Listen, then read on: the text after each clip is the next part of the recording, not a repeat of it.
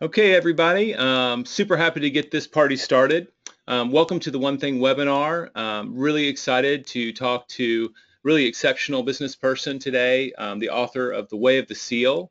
I heard about this book, so a shout out to Adam Hergenrother and his operations chief Hallie if they're on this call. I think they tagged this book on Instagram and mentioned that the one thing was actually mentioned in it. And that kind of brought it to my attention, and it's really a great book. So super excited to share that with you today. Um, if you want to find out more about Mark Divine, obviously you can go to these websites, sealfit.com, The Unbeatable Mind. We'll ask him if he's got other places that we want to check out. He's got numerous businesses, and they're businesses that whether you're wanting to be an elite warrior or an elite business person, you can tap into. A good friend of mine, Linda McKissick, one of the regional directors in our company, has got our whole leadership team. And Mark was telling me that he could see them out in the surf carrying a log right now. They're doing a bonding group. So best wishes to Linda. I'm sure she's going through an extraordinary experience, and I'm sure we'll hear more about that today. So really quickly, I just want to kind of tell everybody what the goal of today's broadcast is. I'm going to spend about 5 minutes. I'm just going to refresh our minds on what are the big things in the one thing, the themes like the domino run. So if you're new to the book and I start talking that language, you'll know where I'm coming from. And then I'm going to bring on Mark, and we're going to chat a little bit about the 8 principles in his book that you can apply to your life. And at the end of that, we will open it up to questions from you, the audience. So if you're on GoToWebinar, and I see we got several hundred from all over right now, use the questions box on your GoToWebinar and just type in your question as we go along. I've got 2 members of our team that are monitoring those. They're going to help us pick the best ones. And at the end of the day, we'll use the representative questions and ask those of Mark, and we'll get some direct answers to your specific questions. So again, use the questions box on your GoToWebinar software, and you can ask questions as we go, and at the end, we'll address as many of them as we have time for. So I'm just going to kick this off and get us started with a refresher on the one thing. Gary and I wrote the one thing, and if you wanted to do the elevator speech, what's the big idea? We go back to Pareto's principle, right, that 80% of our results come from 20% of our efforts, and we just wanted to take that idea and put it on steroids. It's definitely something that's governed Gary through his entire business career. I've gotten to observe it for the last 14 years working with him, that he absolutely can see what's most important, and he will put more time and effort on it than almost anyone else. And so the idea here is you identify your one thing and you really you bet your career on it.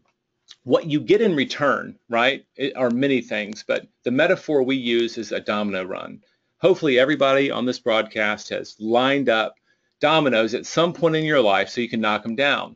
The idea here is we're acknowledging the fact that it's never just one thing, right? We know that life is complex. We have our families, we have our loved ones, we have our jobs, we have our ambitions and our dreams.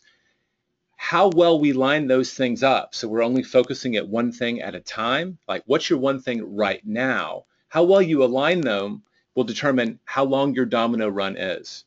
And when we were looking at that metaphor, we did find a really cool guy named Lauren Whitehead who wrote a paper in the American Journal of Physics, and he said that not only can one domino knock over a lot of dominoes, right? People have lined up over 4.5 million dominoes in the Netherlands, so you know that that goes on as far as you're willing to take it. But it also, a domino can knock over a bigger domino, and that's the image on your screen. A 2-inch domino can knock over a 3-inch domino, can knock over a 4.5-inch domino. And I always joke, as a French English major, that's where my math breaks down, but you hear the principle. One domino can knock over one that's 50% larger. If you took that to an extreme, right, it becomes geometric. So your actions, by focusing on your one thing, you actually build momentum. And while it looks like nothing's happening in the beginning, it actually gets so big you can barely get your mind around it. So just taking that domino metaphor, what starts with 2 inches, by the 18th domino, it would be taller than the Tower of Pisa.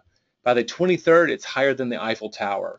And this always kind of blew my mind. Just 31 dominoes into it, really, that's like a set and a half. It's 3,000 feet over Everest. And that started with a 2-inch domino, but it builds up so much momentum and power. By then, you're knocking over one that was theoretically that big.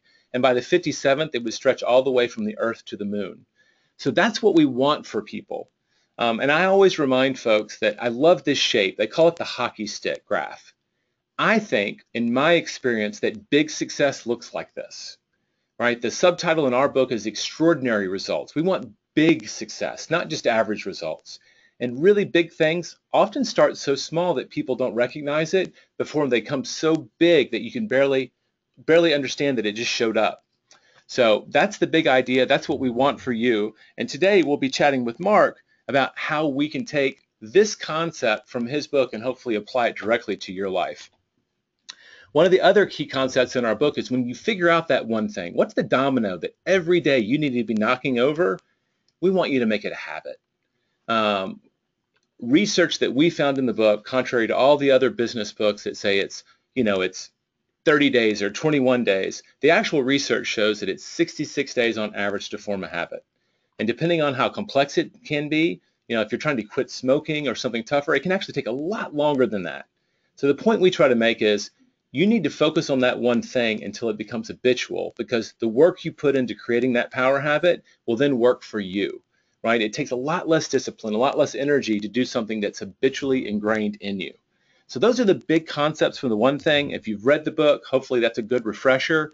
We'll now take that knowledge and we're going to apply it to Mark Divine's book, The Way of the Seal. And I've got a basic outline here, but really quickly before I bring Mark on, I just want to tell you really quickly how this guy has just done some pretty exceptional stuff.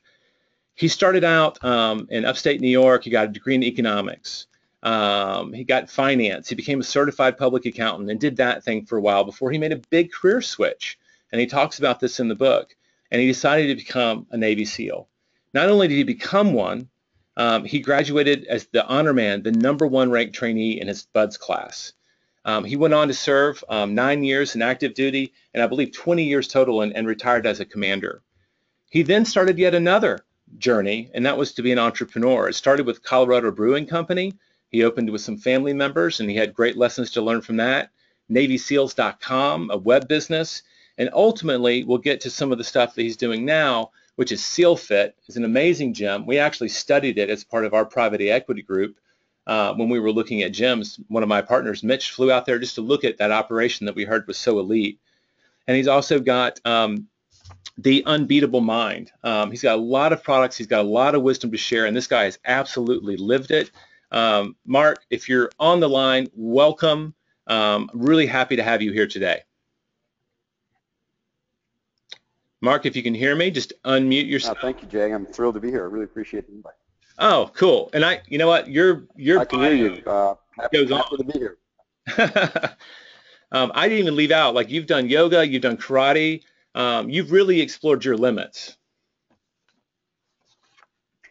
Yeah, it's been part of my life. Early on I did learn that discipline and training my body, mind, and spirit became a habit at a young age. It's one of the reasons I was successful in the SEALs, and ultimately it's become foundational to what I teach today. Well, I would love it if you could, I'll kind of guide you with some questions and you can just share. I'm sure you've shared this message with lots of people. It's a lot of ground to cover and we don't have to cover every single one, but I do think that there is some priority to them. I love where you started on the 8 principles, but before we kind of walk down this path, how did this book come about? What was the inspiration for writing it? What makes you wanted to, I know it's a lot of work to write a book like this. Where did the instinct to write this book come from?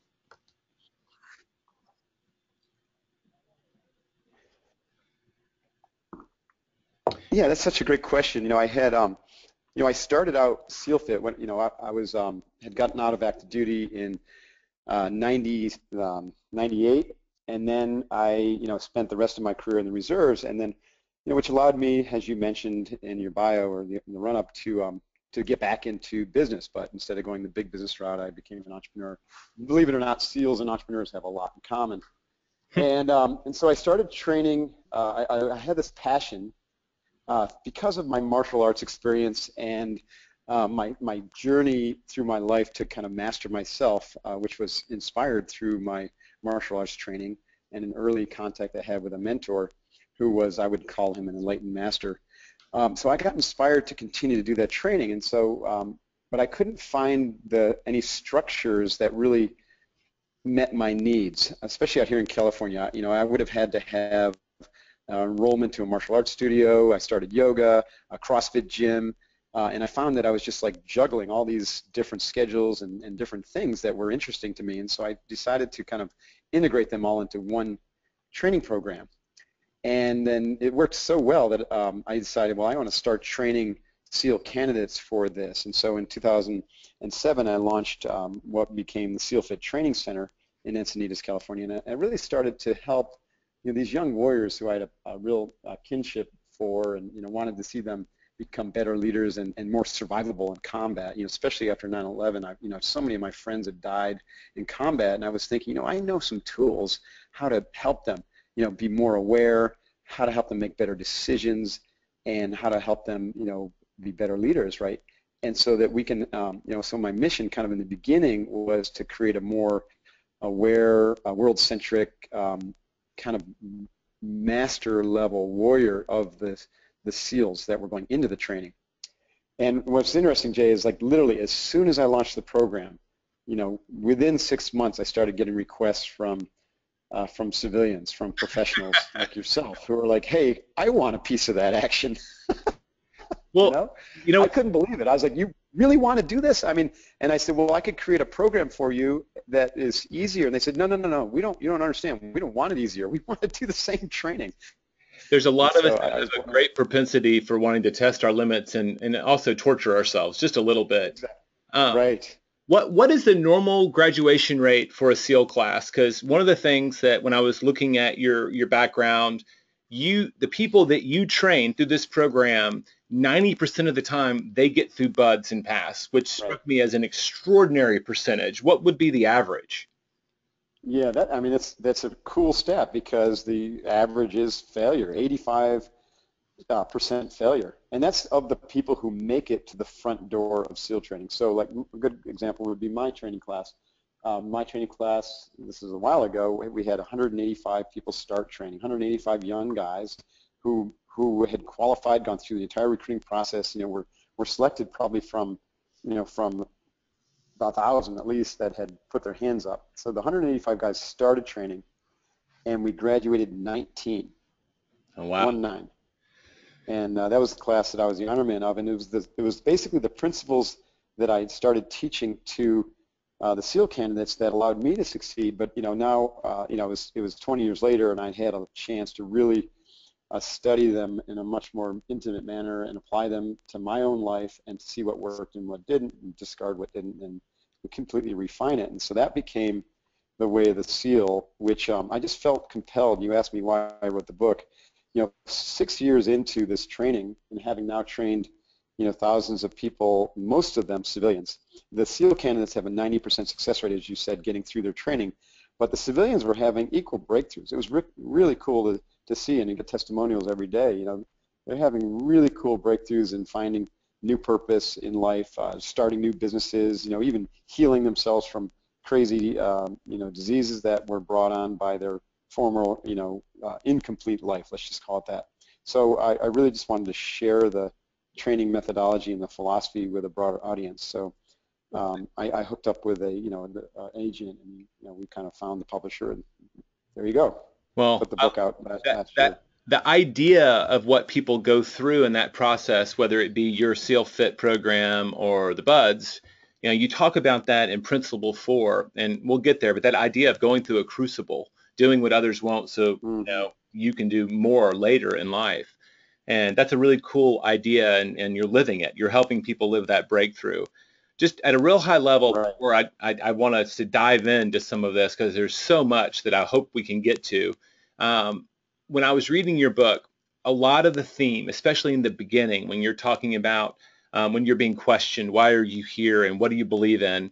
My partner, Gary Keller, who's my mentor, my sensei, who's really helped me improve my thinking and performance, he always says that leadership begins with self-leadership, that it's an inside-out act. And I just felt that theme was throughout, that there was this idea that you're learning to be a better leader and master of yourself, your emotions, your thoughts, and how that leads then to the external, the physical, the business, and all those things. Mm-hmm. So it just really resonated for me. I think you did a great job, and I'm a hard critic of this category of books. So well done. Yeah, thank you. I completely agree. At the highest level, the 20,000-foot level, my philosophy is that every human being is capable of at least 20 times more than they think they are.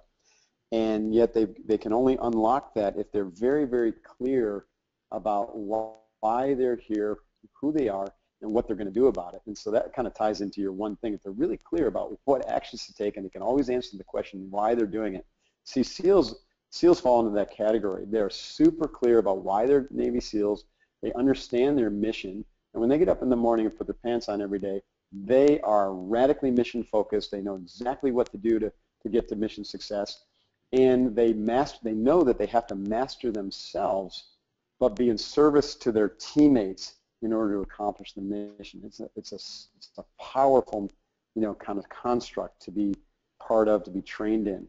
And that is really the warrior traditions from all great warrior archetypes, from the Spartans to the samurai to the modern Navy SEALs. That idea of mastering the self so you can serve others. And what I've done is just basically ferreted out different tools and techniques and methods to do both of those better, more effectively. Well, in the next 15 or so minutes, let's dive in. That's actually a perfect segue, right? They're clear about their mission while they're being a SEAL, and that's kind of the first principle: establish your set point. And when I was reading this chapter, it's in the one thing that's about understand your purpose. So why don't you just really quickly, what would be the number one takeaway from the first principle that we would want our audience to know? Like, what is it we need to do to set to establish our set point? Well, it's a metaphorical reference to GPS, right? So if you ever work with a GPS or a map and a compass, and you have this vision of where you want to go, well, that's all fine and good, but you're not going to get there unless you know where you stand right now, and then you've got a firm starting point, a firm ground to stand on. And I actually call that your stand. And so that stand, though, really stems from a sense of a deep sense of why you're on this planet. And I truly believe that we all have a unique purpose, a unique contribution to make to the world, and that you can't really think your way to that. In my training, even this weekend with Linda, we're talking a lot about that. It's like, what is your purpose, so that you can always answer the question why you're doing something, whether it's something happening to you or something that you choose to do. And so, this is something I was faced early on, and I describe in the book. I barreled into a career in public accounting because my family was a family business. The Devines were business people, and we certainly were not military people. The message to me was that the people who joined the military were those who couldn't figure out what to do with their lives. And so I went to Colgate, was an econ major. I went to NYU to get my MBA, became a CPA, worked for Coopers and Lybrand, and I was just barreling down that road, with these patterns that kind of driving my behavior. And it was when I hooked up with my first martial art and a mentor named Tadashi Nakamura, who I alluded to earlier, which I truly believe is an enlightened master, where he got me to slow down and to come to an all-stop situation with my mental patterns that were driving me in this direction that really wasn't right, but I wasn't paying attention to it. And so it was my first exposure to mental training in the form of Zen meditation that led me to access different parts and different regions of my mind where my purpose then was able to be heard, or kind of like filtered up to me. And that purpose very clearly, started out with a negative, in that I felt very strongly that I was a misfit and I wasn't meant to be in the corporate world. I wasn't meant to be an accountant. And then, of course, that left a gap, or a chasm, where I could ask the question, well, if not that, then what? And as I asked that question in silence, in those moments where my rational mind had been, able to shut down, and I was able to go back, go into a deeper kind of more wisdom part of my mind, which I call the directly perceiving mind, then I was able to see and hear this notion that I was meant to be a warrior, and that I was built for a life of leadership and adventure, amongst others who are like-minded, doing, worthy things. And then, of course, that led me to ask deeper and deeper questions, which led me to ultimately become a Navy SEAL. It was a fascinating process, and it's one that can only be tapped into when you get out of the thinking part of your mind and you get into the stillness. I know, I mean, you're a finance major, Colgate, CPA, but it still sounds like a Hollywood script. Accountant becomes Navy SEAL. You know, it's kind of unexpected. So this comes up a lot when I'm teaching the one thing, and I'd be interested for you. It sounds like that the number one thing that we can ask people to do is maybe slow down and listen. You know, if they're looking for where they should be, maybe they just need to stop for a while and listen. Is Absolutely. that what I'm hearing? Well, absolutely. My second principle, which is developing front-sight focus, I talk about simplifying the battlefield.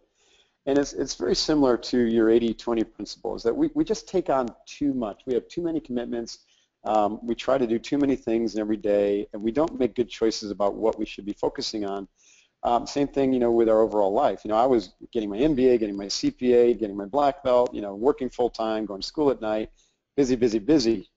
And it wasn't until I learned to slow down and sit still, literally sit still on a bench, just watching my breathing, that I was able to kind of like see that all that stuff was just literally just busyness and activities that were leading me in the wrong direction fast. And so this applies to everybody. What I found is that the more quietude, the more moments of stillness and silence that you can build into your life ritualistically, then what happens is the time you spend on that frees up an enormous amount of time that you're wasting doing other things. And so you begin to declutter your life, starting with material possessions, and then you move on to commitments and obligations that are holding you back, weighing you down, or sucking up valuable time. And then the finer level is to move on to those belief systems and rutted behaviors that hold you back. And so it's a kind of an iterative process. But that, again, that's the way of the warrior, the way of the SEAL is to travel light and to keep things simple so that you can always be clear about, what's the right thing to do right now to move myself closer toward mission accomplishment.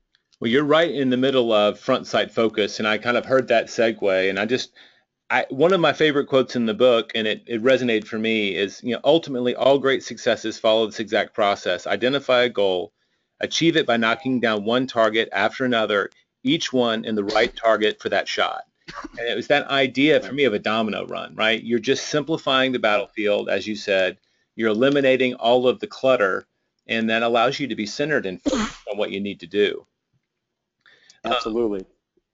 So I was going to ask you, when I find, guys, one of the steps in front sight focus is to envision your goal, right? To get clear about where you want to be going, which should be connected to your set point. I find that people really struggle when asked directly, what is it that you want? They struggle to answer that question. Why do you think that is? Well, again, I think if I look at it as a process, when we can answer the question, the set point questions of what am I passionate about, what is my purpose in life, and what do I stand for, what are my principles, then it helps us to identify where we need to be focusing our energy, focusing our efforts, right? And so I went through that process, and what I learned is I need to focus my energy and efforts on becoming a Navy SEAL, right? That was kind of my first major target in this mission, this evolving, or this understanding of where I needed to go in my life was to become a Navy SEAL. I had to learn how to get through the program. I had to essentially bulletproof my mission, which we can get into in a little bit. So my front sight focus was my one thing, in my front sight focus plan was to become a Navy SEAL, to earn the Navy SEAL Trident. But then I had to, from back up from there and figure out what steps I needed to take to get there. What were the tactical targets, the micro targets that are going to get me there. And because I had experience with mental training through my martial arts, then I knew a good part of that, the good part of the answer to what I needed to do to get there lay within the inner space of my mind, that I could win in my mind first before I even stepped foot into the SEAL training compound. And that required me to get very clear about what my goal was, right? What my goals were and the targets that I was working toward. And so, what you asked the question, why do people have trouble envisioning their goals? I think it's just because they don't spend the time doing the self-awareness work, that self-mastery work that we were talking about earlier, that your co-author, Mr. Keller, does, where you get very clear about who you are and what you should be focusing on, and then you just radically focus on that.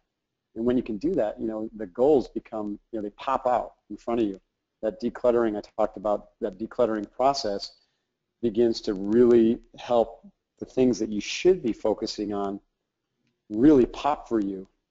And then you can take the next step of just beginning to win those goals in your mind by visualizing them, by seeing yourself, kicking ass and taking names as you execute, toward the goal. Makes perfect sense. When we wrote about how when you understand your purpose, it makes the priority kind of obvious. And I think a lot of people get hung up on the idea of that purpose word. It sounds so heavy. And some of the advice that I've heard given is, look, if you don't know your destination, just pick a direction. And traveling down that path will give you a lot more clarity. I think you said it, you can't think your way there. So sometimes it's a matter of being still and listening, and also just traveling down the road a little bit. I totally agree. And what we teach and what we, this Immersion Academy I've been running with Linda, we get people into a process where they essentially take control of their mind and learn to use their mind in new ways. The mind has that rational, critical thinking part of it, and that's what most people think of as the mind, or they think of that as thinking.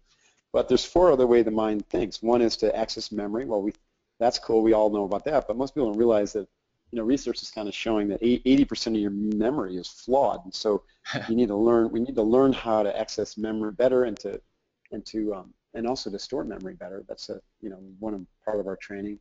The other is imagery and visualization, right? It is a very distinct function of our mind to be able to create something new that didn't exist before in our imagination. And then the correlate to that is to come back and to practice it, to revisit it until it develops such energy and such strength that it literally draws you, relentlessly toward success or toward accomplishment of that vision. And that's powerful, right? That's one of the most important things I think I learned. When I started training to become a SEAL, I made that decision to shift from CPA to become a SEAL. And I said, what's going to make the difference between success and failure? And I thought, well, what am I learning from Nakamura? Well, a martial artist, a master, wins in his mind before he steps out in the battlefield.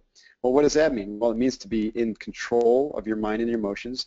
So the patterns and the belief systems that led me to be a CPA, we eradicate those, and we develop new powerful patterns that are going to lead to success. How do I do that? Well, I do that through visualization, through positive self-talk or through self-talk, by controlling my emotions and developing emotions that are going to be supportive of my journey and not torpedo it, and by setting these short-term or micro goals, right, that are going to, move me like a ratchet, one click at a time toward my goal relentlessly. Right. You've got to break down. So, I began to use those skills. Right. Absolutely. And I'm just nodding my head. You can't see me. That is the one handicap of these webinars, is you can't see me just kind of nodding in the background. I've read so much research on visualization. It's not like a soft skill. I mean, they've had people do mental exercises just in their mind and then lift more weight without actually doing the physical training. So it's a very powerful tool that a lot of people overlook, and it's thematically through your book. So if we've got our set point, we've got our front side focus, like we've got our, why we're going down the road and where we're going, how do you bulletproof the mission? What do you mean by that? Well, largely what I mean by that is to make sure that, we are going after the right targets. We've kind of talked about that. Mm-hmm. And now this is starting to take it into a team context, that we're able to communicate where we're going and where we need to go to the team effectively, because no great thing is accomplished alone, right? This notion of self-mastery in service is to first, do the things that are going to allow you to be an effective teammate, a trustworthy teammate, someone who's going to have the professional respect and is held accountable and can act with honor, right? Mm-hmm. And then once we have those skills, which are in the realm of self-mastery, that I space, then we can turn in service and expect the radical support of our team. And yet, when we recruit a team or we're part of a team and we have a mission, we've got to be able to communicate that. And the way the SEALs do it, and the message I try to put out, is to communicate it in a manner that activates your whole mind. And in order to do that, we have to speak in visual terms, because a lot of what I have been talking about is we got to get out of the old way of thinking, the way they were taught to think in the West. And the SEALs learn this kind of through their process. We get out of just thinking about a mission and using words, and we get into using imagery, right? And then we get our emotion involved. And so it becomes kind of a whole body system. Now, when we begin to use our imagery in our communication, and then the SEALs call it dirt diving, and this is a process where essentially you imagine yourself, you practice and imagine yourself going through the mission successfully, including contingency plans for things that you can imagine would go wrong, right? And then you begin to get this sense, both neurologically and physiologically, that you've done it before. When I started training for the SEALs, when I decided to become a SEAL, I said to myself, okay, how can I dominate this and not just be a statistic or not just kind of gut through it? Because I knew the training was going to be the hardest thing I could possibly ever imagine doing, and that was alluring to me, believe it or not.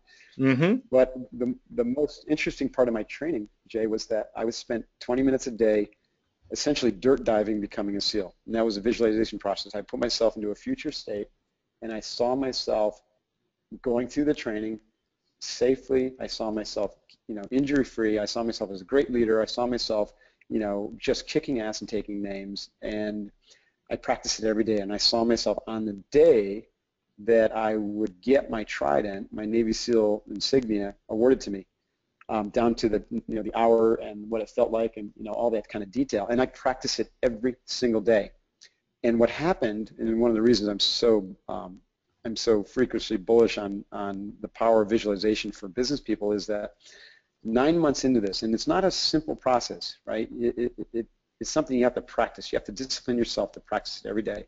But 9 months into this process, I had this overwhelming sensation that I was a Navy SEAL. I was absolutely 100%, no doubt, right, already a Navy SEAL. And it wasn't some fantasy, it wasn't some weird, thing that I was just concocting. I knew that I'd already won, and that I just needed to go through the actions in the physical world to complete the tasks. It was a profound experience. It was a total sense of certainty.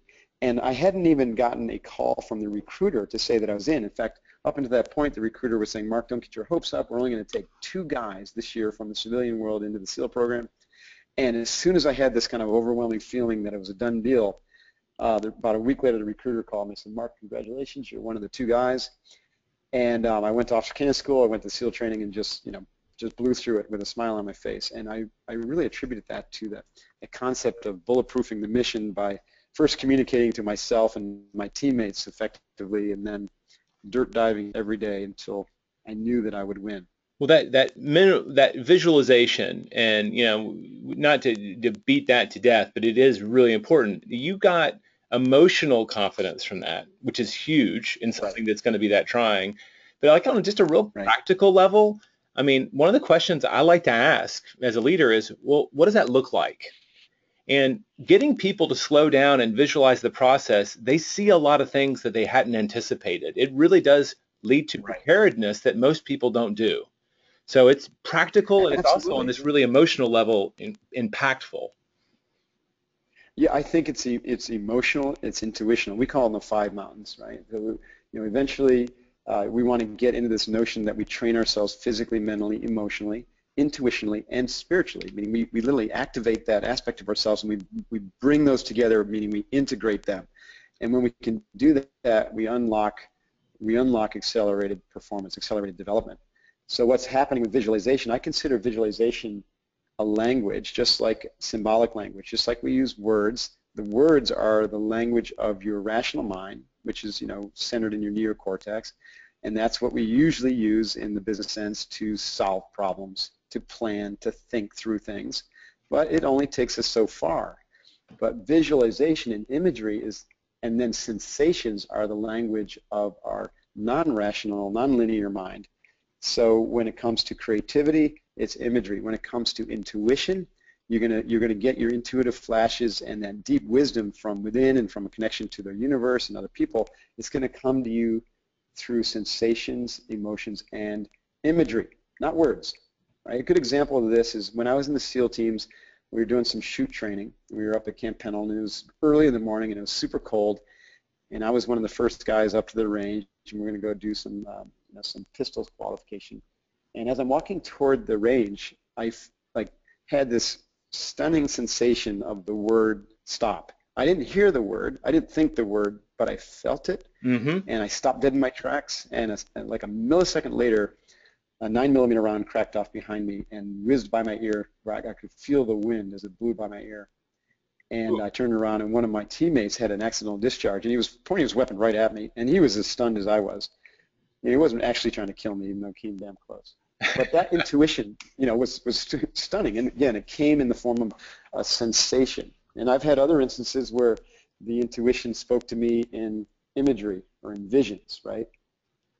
And so that all can be trained. In the past, I think everyone thought, well, that's kind of either some weird skill that some special people have.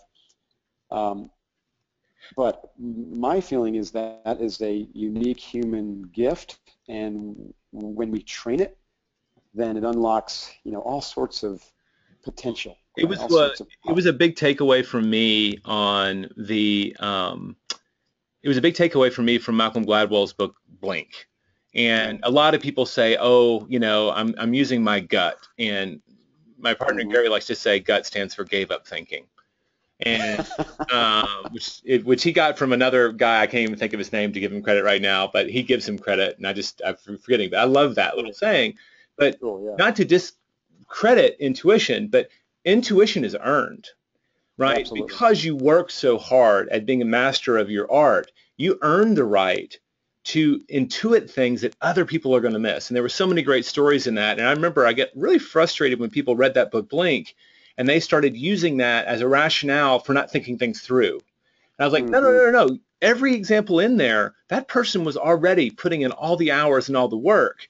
But because they got this extra added benefit of intuition that really accelerated their advancement and helps them, prevent huge mess ups like getting shot by your partner. But I mean, absolutely, that sort of intuition is earned. Right. So that we can go through here. I know that if I present a list of 8 things, I usually want to at least touch on all of them if I'm in the audience. I want to, before we run out of time, one of my favorite ones is do today what others won't do. And that comes from the Smoke Jumpers Creed, which I have also got copied down. Do today what others won't. And I always insert, so you can do tomorrow what others can't. And I love that attitude. Let's walk us through this. What are some of the big takeaways from this principle? Well, what I really want to convey with this principle is the absolute fact that human beings grow through challenge. Like when we teach ourselves, or let me say it this way, we've all had experiences, or we know people that went through a major challenge in their life. It could be the death of a loved one, or an accident, or surviving cancer.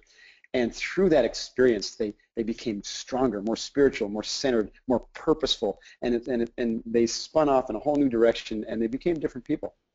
And so I have this notion that if we go to the challenge and don't wait for the challenge to come to us, then we'll have the same type of growth. And so that's kind of the foundation of my SEAL Fit training and my Crucible events, like our 50-hour nonstop training event called Kokoro, which is modeled after the Navy SEAL Hell Week, is that we do today what others won't. We discipline ourselves to go to the challenge. We learn to embrace the suck, right? where you can learn. I learned this in the SEAL teams and through my martial arts training. You can learn to really love the exercise-induced pain of physical training. You can learn to love the mental pain of really pushing the envelope mentally and solving, challenging problems that were bigger. They're back to your domino theory. They were bigger than what you had anticipated, right? I've started 6 different businesses in the last few years, and each one of them has been a bigger challenge than I, had thought.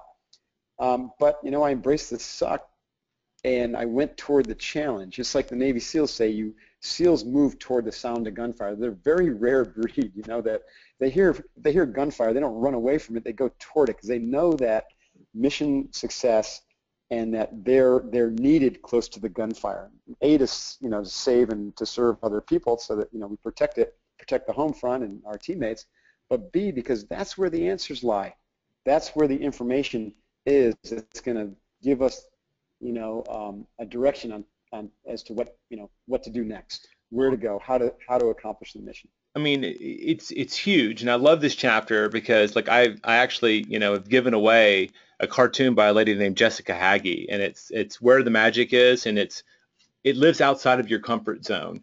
And this is like a systematic approach to going way outside your your comfort zone, because, like, actually, like, just like breaking down muscle, right? The pain you feel after a workout signals growth, and over time, you come to recognize this, and I'm badly quoting your book now, that pain is a signal of growth, and it becomes a virtuous cycle that you can feed and feed off of and go to bigger and bigger things. And this whole chapter really resonated for me. I think there are some of us that are naturally drawn down that path, and some of us that learn to walk down that path. But it's a very rewarding path to go down. Absolutely, and I think what a lot of folks don't understand is just like a muscle, right? You can develop a muscle, but if you stop developing it, it atrophies. It goes back to weakness. And your mind is the same way. You can develop your mind. Let's say you get really sharp in business school, but then if you don't continue to develop and train your mind, it will atrophy and go weak on you. Same thing happens with your emotional strength and your spiritual strength. But how do you develop that, right? Is going to church enough to get you really strong? Having faith is certainly one way. To stoke that faith every day through prayer is a hugely powerful way to kind of embrace the suck and do today what others won't. From the spiritual perspective, for the SEAL, it was hard physical training combined or put together in a team environment where you were held to a ridiculously high standard, and every day we just had to step up and do what we call earning our trident every day. We had to essentially prove ourselves that we were worthy of being SEALs every day. It wasn't enough just to go through training. I tell people that being a SEAL was far harder than becoming a SEAL. And becoming a SEAL is the hardest thing you could possibly do in the world. But being a SEAL was far harder because we were expected to step up to a ridiculous standard every day. And so that's kind of what I'm trying to teach, not just in this chapter, but in this book, is to reset your standard and to push yourself, to challenge yourself, because if you're not doing it, you're atrophying. A human life expands, right, for about 25 years or 30 years, then it starts to contract. And in the contraction phase, you can ward off, you can thwart that contraction through training, through challenge, through rigorous exercise, right? So this is both physical, mental, and spiritual even. So it's just a powerful concept. It's just stop the contraction, keep on expanding your freedom to think better, freedom to move better, more functionally, integrate the training that you do so that you are actually, every time you move your body, you're training yourself in a fashion that's going to integrate you and make you stronger at all levels, not just physically. And then this becomes a new discipline for you, Oh, and I love it. I mean, it's funny. I was watching, the Tim Ferriss show. He had Noah Kagan on, and they were trying to get entrepreneurs to get this. And even the tiny thing, like they would get people to like lay on the floor in a Starbucks, and just for like 10 seconds and get up like there was nothing going on. But doing something just out of the normal, getting them out of their comfort zone. And I think the challenge they gave this lady is, I want you to get a 20% discount on your coffee or something. But just asking them to do something a little out of the norm. So even if you start small to build up to, a Kuroko challenge, getting in the habit of getting out of your comfort zone was one of the big takeaways for me. So, I mean, absolutely. And you're right. It doesn't have to be physical. It can be. One of my challenges last year was a 6-day silent retreat. What a great challenge, right? There was nothing physical about it, but sitting in silence without any talk at all for 6 days was a huge challenge. There's some salespeople. There's some salespeople on this webinar right now that just screamed in horror at the idea of being silent for 5 days. I'm sure. I screamed in horror a little bit too, just thinking about it. But what a profound experience it was, and it helped me embrace the suck of that, that particular domain. And the insights that I got in that 6 days were extraordinary, and it really helped me kind of refocus my business this year. And you know, there's all sorts of emotional challenges, are a big one, especially for men, right? To really go into the emotional development part of your training. You know, we do that by getting, you know, messy with your team and holding yourself accountable and being willing to be held accountable by other people without getting your feelings hurt. You know, that's another big one for us. And you know, in the SEALs we had a process where, you know, we had a very frank and non-personal debriefs after every single training event, after every single mission. And if you screwed up, you got called out. And it wasn't personal, but it was meant to improve your personal and the team's performance.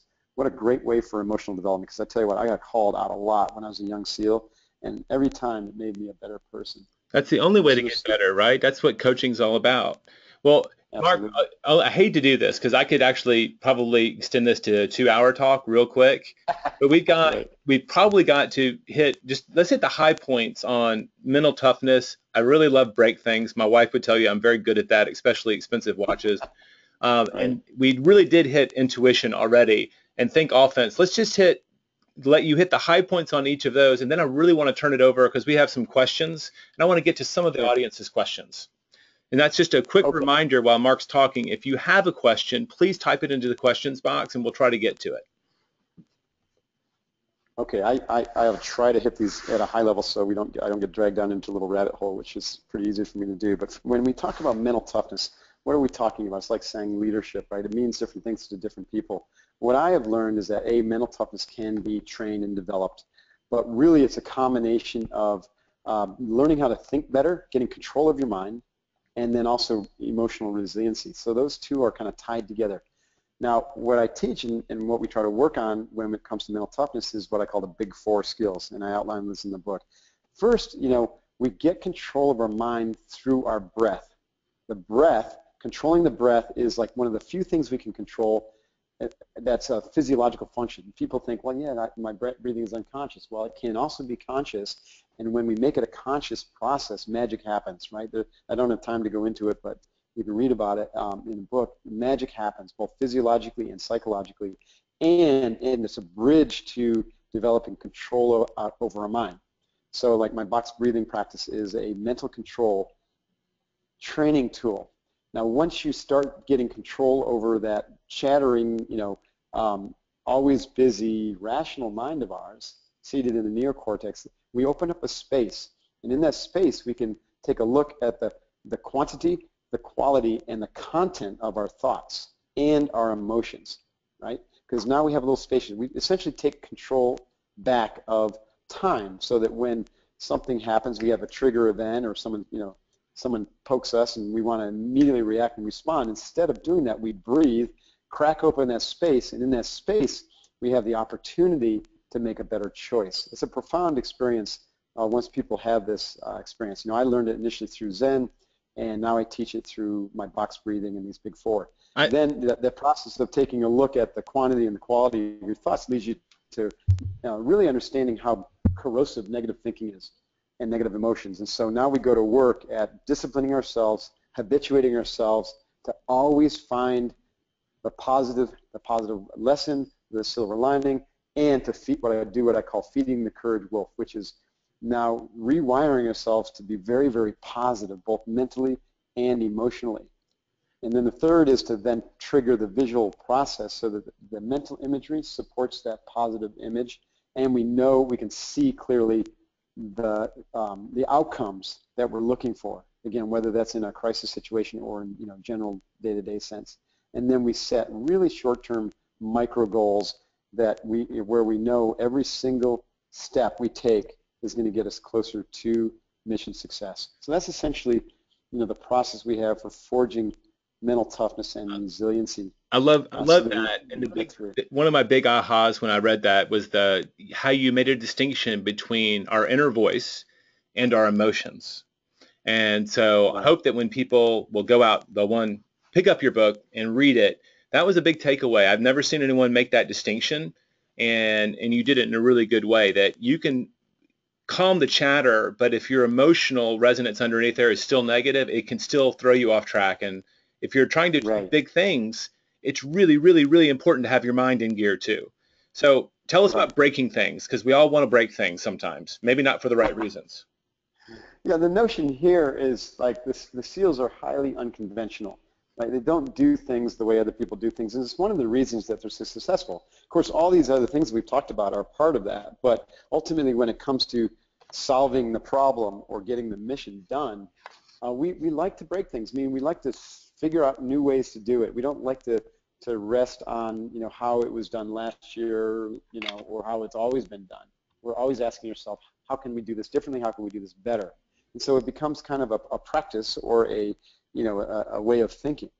Unconventionality, and so there's elements of that like agility and surprise and speed, and taking, looking at how other people have done things from different domains of experience, right? One of the things that, like when I was in Iraq in 2004, I was with SEAL Team 1, and all of a sudden, all the, the place just started exploding, right, in mid-2004. We had gone in and you saw President Bush with his, victory accomplished flag on the carrier, and then literally within months the place is in flames again.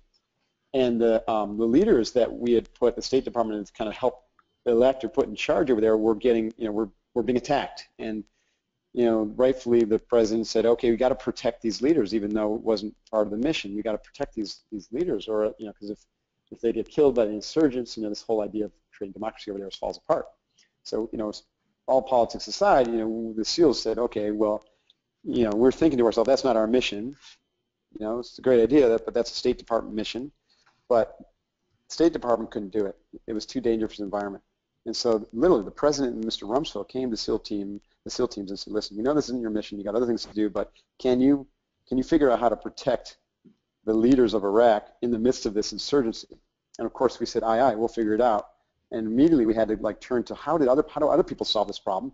We looked at how different services, the SAS and other civilian agencies like Blackwater, like how were they doing it? And then we learned from them, and we immediately built a plan. And we knew it wasn't a complete solution. It was an 80% solution, because we fully embraced the 80-20 Pareto principle in the SEALs. So we put together an 80% solution that we thought would protect them, and we immediately activate what we call our OODA loop. And the OODA loop is where we observe the effect of our actions. We reorient when we see what happened. How's the enemy responding? And then we make a new decision and we act on it. And that OODA loop, we just get tighter and tighter, and it becomes this way for us to really just move fast toward newer and better decisions on how to get things done. And over the course of 2 years, not only did we ward off over 400 attacks and attempts on the life of the leadership, not a single guy got injured or harmed in our charge, but we also were able to train up an Iraqi special service force to do the job so we could turn it over and go back to our main mission. I love that. I love the OODA loop. That's something I've just started getting exposed to, and it came from fighter pilots. The fastest one to get through that decision-making process usually won the dogfight. And Colonel Boyd was the actual creator of the OODA loop, and he was, in the context of aerial four-dimensional combat, like you said, the tighter your loop, the more effective you're going to be. Well, one of your calls to action in that chapter was like excel in chaos. And I got chill bumps because everybody thinks that business success, like they're sold this idea that it's neat. And the truth is it's really messy. Success is very messy. To focus on one thing at the expense of others actually makes it even messier. And so your ability to excel in that sort of chaos and make decisions quickly becomes one of the biggest competitive advantages in the fast-moving business world that we have. You know what? Absolutely. I'm going to just call an audible here. I'm going to say we've talked a lot about build your intuition. Can we just do a 30-second think offense and then turn it over to the questions? Because think offense all the time. There's a lot in that, but it's also a lot in the title too. Let's give them, what's the one takeaway from that so that we can then turn it to the questions? All right. When I went to SEAL training, we did not get taught defense, right? It's not a sport. It's not a sport. And so we were always taught to move so that we could write the script of the mission while it was being played out. And so what this means to the listeners is, you act and then you keep acting in a way that keeps, that you are observing the results. You activate that OODA loop, but you keep acting, right? You don't wait for the perfect information or the perfect solution. Like you said, Jay, things move too fast, but you are always acting and keeping your competition off balance because they can't keep up with you, that you're doing things that are unexpected because you're breaking the rules, and you're acting with your intuition because you're developing that intuition, but not at the expense of your rigid planning. And you're just offensive. You're moving with surprise, speed, and agility, and everyone else is off balance, and pretty soon you just pass them up the gate. Yeah, that's essential. I lived in France for a while, and they always wanted me to play chess, and I would say yes to speed chess because I could be recklessly offensive and throw them off their game and win some of the time. So a good offense does throw people off balance if they're not prepared for it. So joking aside, I want to bring in Ian. He's been monitoring the questions, and let's try to get to at least a couple of these or 3 of these, so we want to honor people's time, and it's getting close to the end of the hour. So Ian, would you mind quickly curating a couple of great questions for Mark to answer? Sure. Jay, thank you. Thanks, Mark. That was very interesting, and I think some of these questions are also. So Joseph asks, how often should someone visualize what they want to accomplish? Joseph, I would say every day. What I teach is a morning ritual and an evening ritual as part of our process of disciplining ourselves to use these principles. And in the morning ritual, I have essentially, it's a process that I describe in the book, so I won't go into detail here, but one of the aspects of it is to do a future me visualization where you visualize your major, in the context of Jay's book, your major one thing. What is it that you're moving toward in your life that's like consuming the preponderance of your energy right now? You visualize yourself in the future state, just like I did becoming a SEAL, as having accomplished it. And then you kind of collapse yourself to the present with that energy of, hey, I've been there, done that, and you watch yourself going through the day. You visualize yourself dirt diving your day, and during the process, you see that everything you're accomplishing today is tied to that mission, that vision of that future goal, and that you are overcoming those obstacles and just getting things done at a high degree of accomplishment. So it's an everyday thing. Thank you. So here's another one. Edward asks, could you please repeat the 5 components of training? What are the 5 components of training? Yeah, exactly. Okay, so integrated, what I put together in, at SEALFIT is an Unbeatable Mind is an integrated development training program which unlocks accelerated performance. And what it does is it trains you, or you train yourself once you learn the methods, physically, mentally, emotionally, intuitionally, and spiritually, right? Non-religious sense, spirit, right? Use of that word. And so I call those the 5 mountains. And we have tools and methods for each of those mountains. And what we find is that we kind of start with the physical and learning how to move our bodies functionally and how to gain control of our physiology through our breath. And then that bridges to the mental side. And in the mental development, we learn how to use our minds more effectively in a future and a past state through visualization and memory access and those types of things and planning so that we can unlock our most powerful self in the present, right? Where we can unlock flow and access flow state in a present moment state. So that's all. And there's other things there in the mental development, accessing more of our mind, more of our creativity, etc. And then the emotional, we talk a lot about the emotional development in the webinar with Jay, but getting the emotional life lined up so that it can be a powerful accelerator for you as opposed to either being not there for you or being something that's actually thwarting your progress.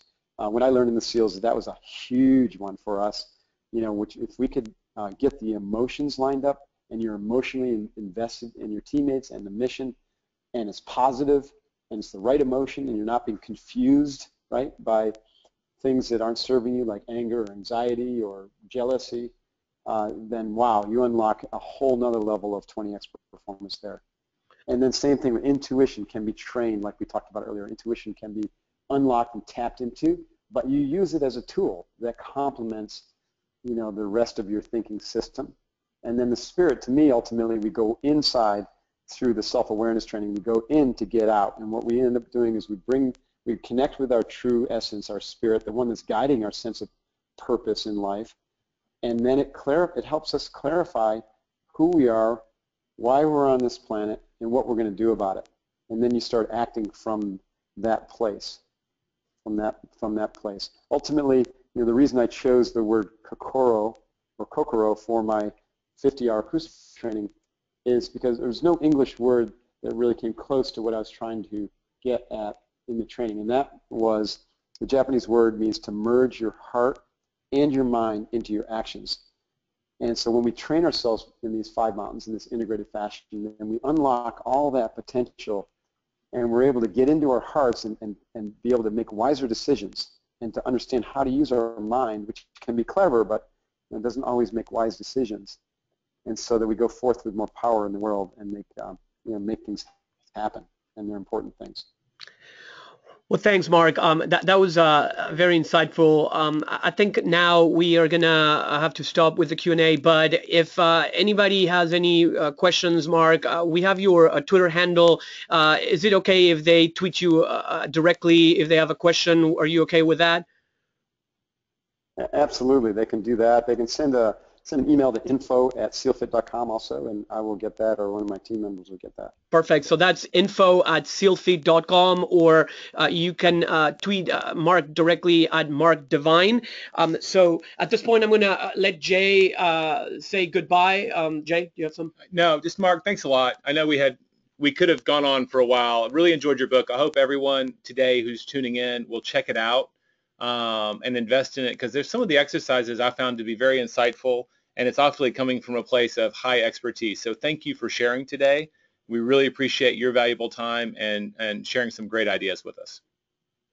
Yeah, thank you, Jay. It was real honor. I appreciate it. All right, Ian. Yeah, so thanks so much, Mark, again. Right here, as we finish up, we want to offer to you our One Thing Personal Workbook. Feel free to go to the website on your screen. This is a free workbook that we have, and it'll help you find out how to basically apply your one thing to your life. Also, cool. The next steps right here, please take the webinar at the end, the survey, I'm sorry, at the end of the webinar. We really use it to try to improve our webinars. Within 24 hours, you're going to get an email with a link to the recording of the webinar. Feel free to share it if you feel anybody will find it valuable. And also, you'll get the link to that same workbook that I just offered. You have there also a link to our archive, our webinar archive. Right now, we have 6 webinars, and this one will be the 7th one. So feel free to check that out. And then mark down in your calendars that our next webinar is scheduled for Tuesday, July 28th, 3 p.m. Central Time. So finally, you can see on the screen right now our Twitter handles again, The One Thing Book, at Jay Papasan. Mark Divine again is at Mark Divine, and you can also continue the conversation using the hashtag The One Thing. Finally, if you want to learn more about the book, The One Thing, please visit www.theonething.com. We want to thank you all for participating, and we'll see you next time. Goodbye.